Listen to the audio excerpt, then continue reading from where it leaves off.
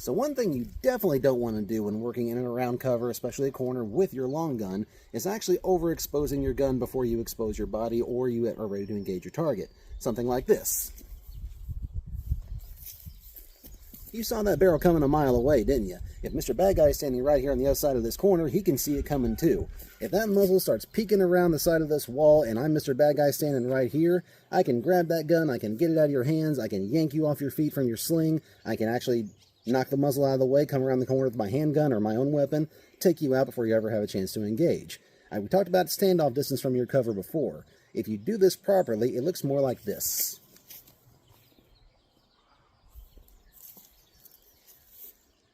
See, when I came around that corner, I had eyes on everything in front of me. My muzzle was not clearing the wall before I did, and it did not come into view until I wanted it to. This is what's referred to as slicing the pie. Let's talk about that a little bit. Alrighty, so as any good fat boy knows, if you're going to slice a pie, you better do it right, otherwise we get downright testy. In this case, it's especially important because this particular pie is the pie of death. If you do not slice it properly, either you or someone else can potentially lose their life because you didn't take the time to put in the right training. Now what we're going to do is, we're on this side of this wall. I can see everything in front of me in this direction for about 180 degrees.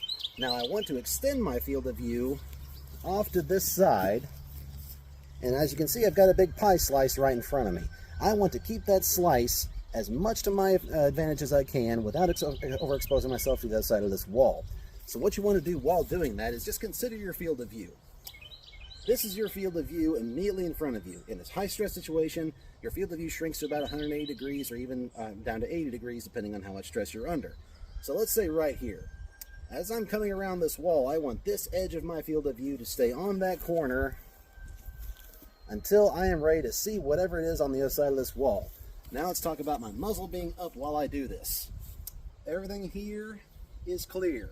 Up to this point, I know exactly what's going on. I know there are no threats. Now instead of just bum rushing around this corner, I want to move up and slowly slice that pie a little at a time so I can see exactly what's in front of me, I can see exactly what's down the range, and hopefully I can see whatever's on the other side of this wall before it sees me, namely Mr. Bad Guy. Takes a lot of practice, guys. It's easy to practice at home, of course, dry weapon, dry fire, whatever the case may be. It's very difficult, but it's extremely important if you plan to use this to defend life, limb, and liberty, guys.